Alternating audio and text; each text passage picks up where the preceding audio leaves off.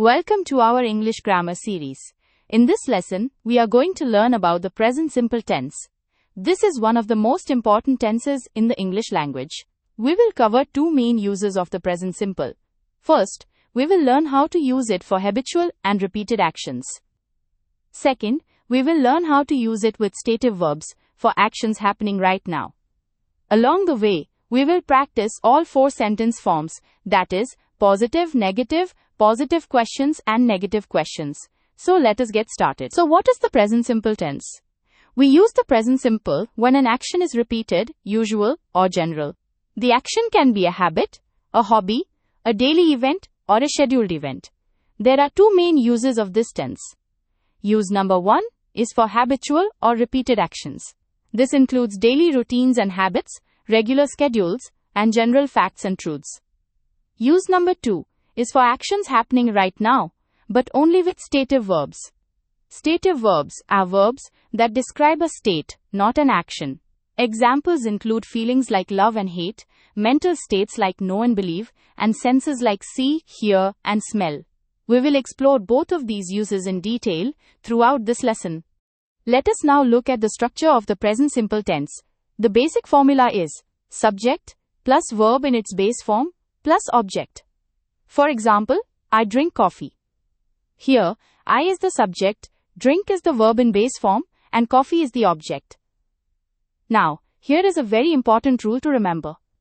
For third person singular subjects, that is, he, she, or it, we need to add s, es, or ies to the verb. So instead of saying, he drink coffee, we say, he drinks coffee, with an s at the end of the verb.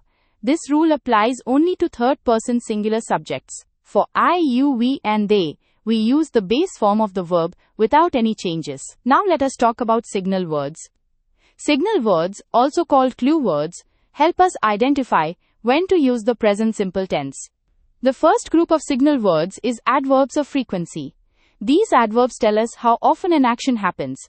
At the top, we have always, which means 100% of the time. Then we have usually, at about 85%. Next comes frequently, at about 70%. Often is at about 60%. Sometimes is at about 50%. Occasionally is at about 30%. Rarely or seldom is at about 15%. And at the bottom we have never, which means 0% of the time. One important thing to remember is that adverbs of frequency usually go before the main verb in a sentence. The second group of signal words is time expressions. Time expressions are made up of two or more words and they indicate regular schedules. Here are some common examples. Every day, every morning, every Sunday, every weekend. Once a day, twice a day, once a week, once a month.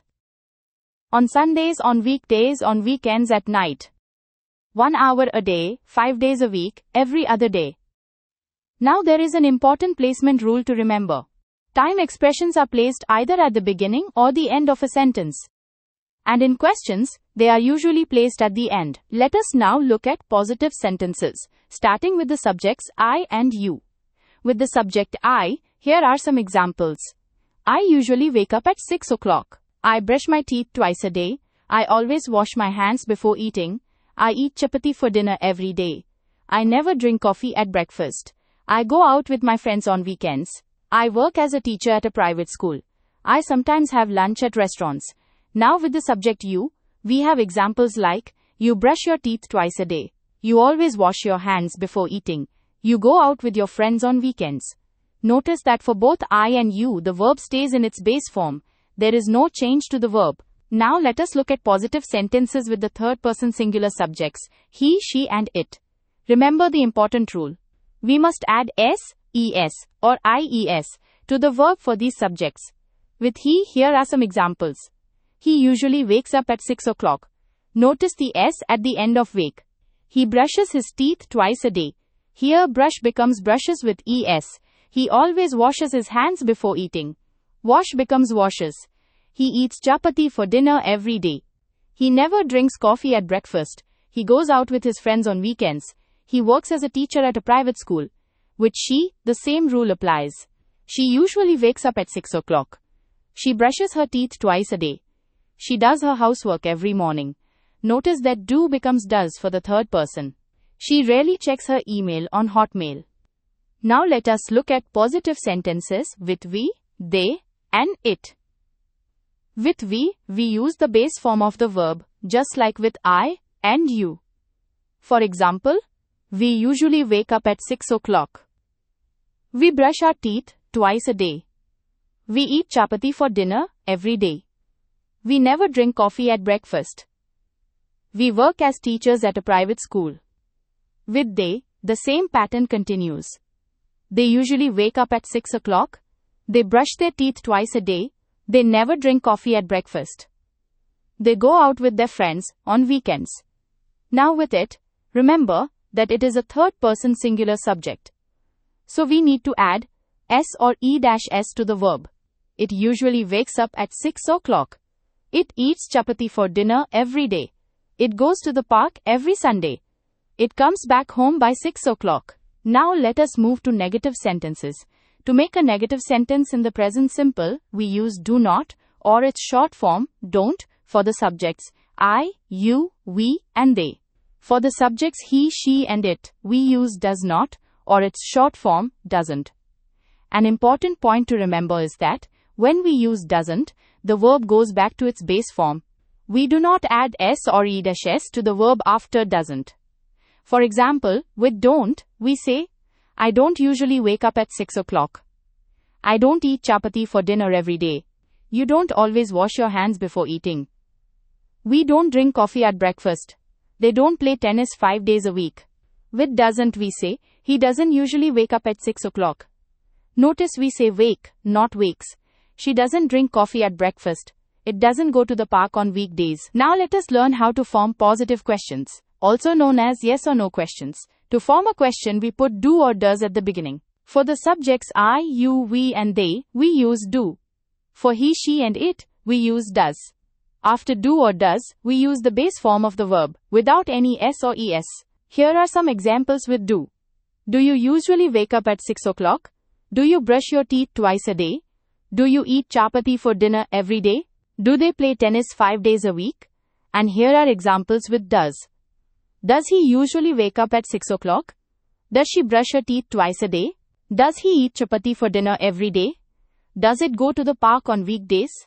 To answer these questions, we say yes or no, followed by the complete sentence. For example, do you drink coffee? Yes, I drink coffee. Or, no, I don't drink coffee, but I drink tea. Next, let us look at negative questions.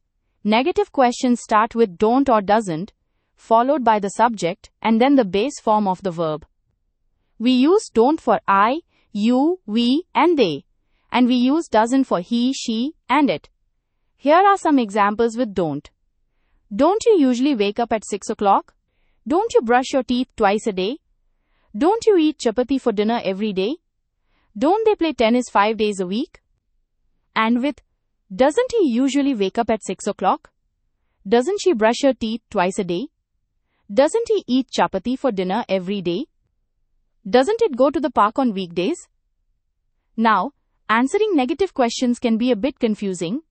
For example, doesn't he drink coffee? If the answer is that he does not drink coffee, we say yes, he doesn't drink coffee. If he does drink coffee, we say no, he drinks coffee. Now let us explore WH questions.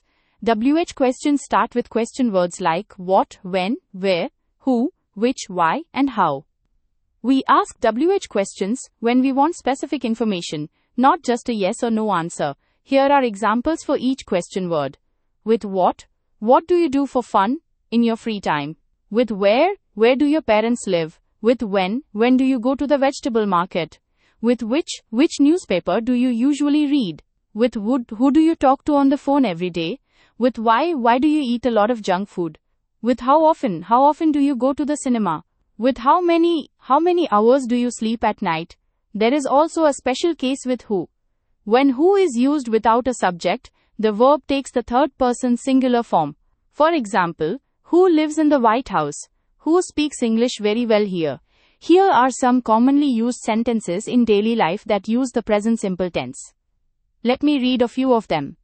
I clean my room every morning. I get ready for college by 8 o'clock. I meet my friends at a coffee shop. I usually stay at home on Sundays. I read an English newspaper every day. I talk to my parents on the phone at night. I ride my bicycle to school every day. I get a haircut once a month.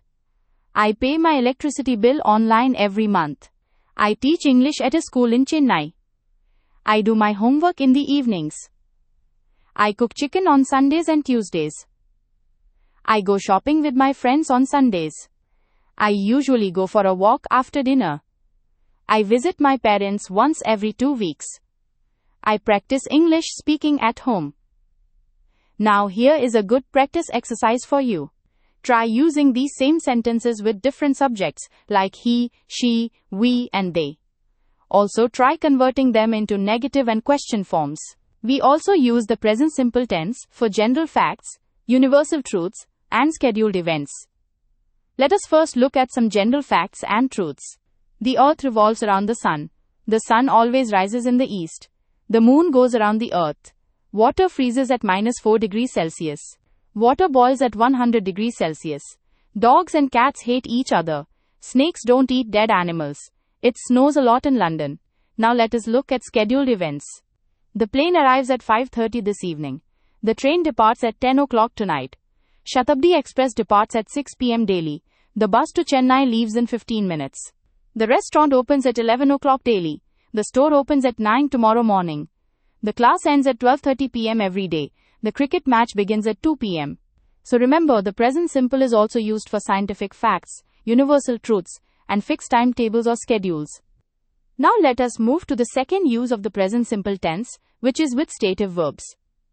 First, let us understand the difference between stative verbs and dynamic verbs.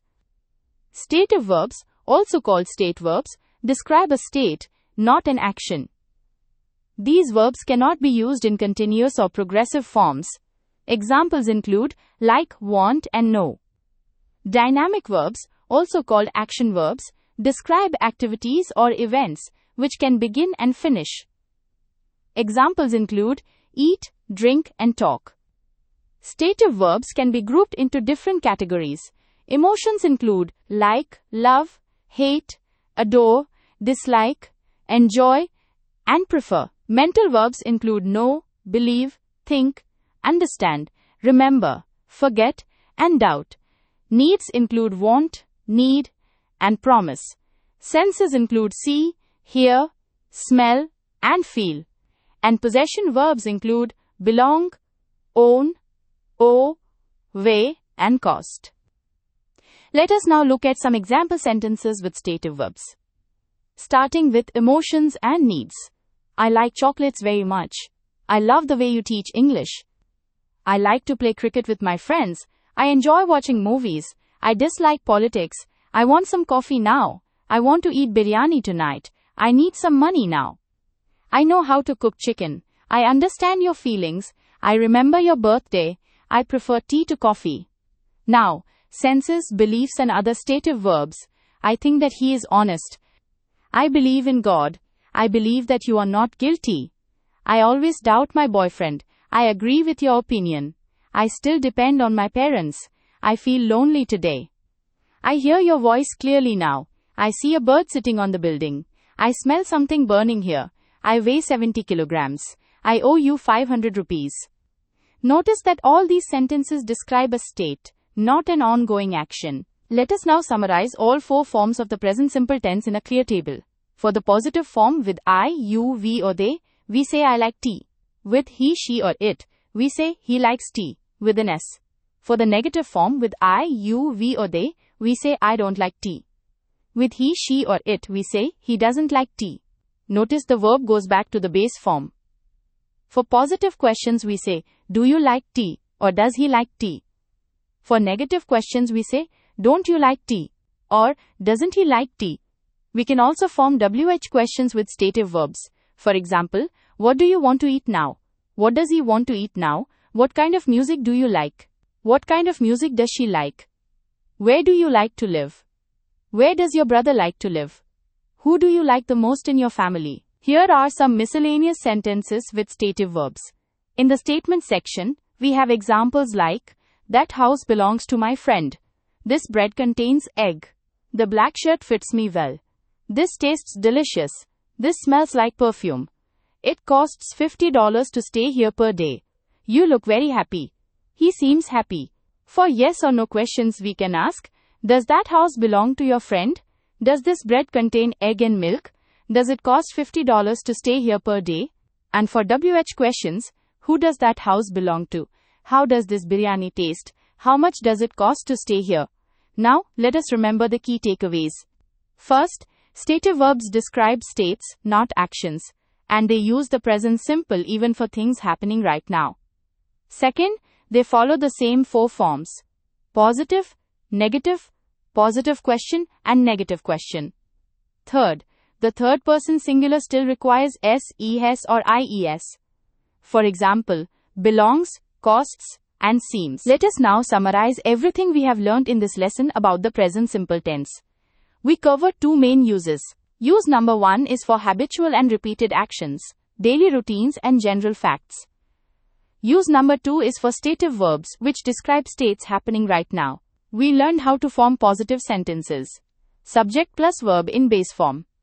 Remember to add ses or ies for he, she, and it. We learned negative sentences using don't and doesn't before the base form of the verb. We learned how to ask questions using do and does at the beginning and don't and doesn't for negative questions. And we learned about signal words like always, usually, sometimes, every day, and once a week. Remember, practice makes perfect. I encourage you to practice all four forms with different subjects and verbs in your daily conversations. Thank you for watching, and I will see you in the next lesson.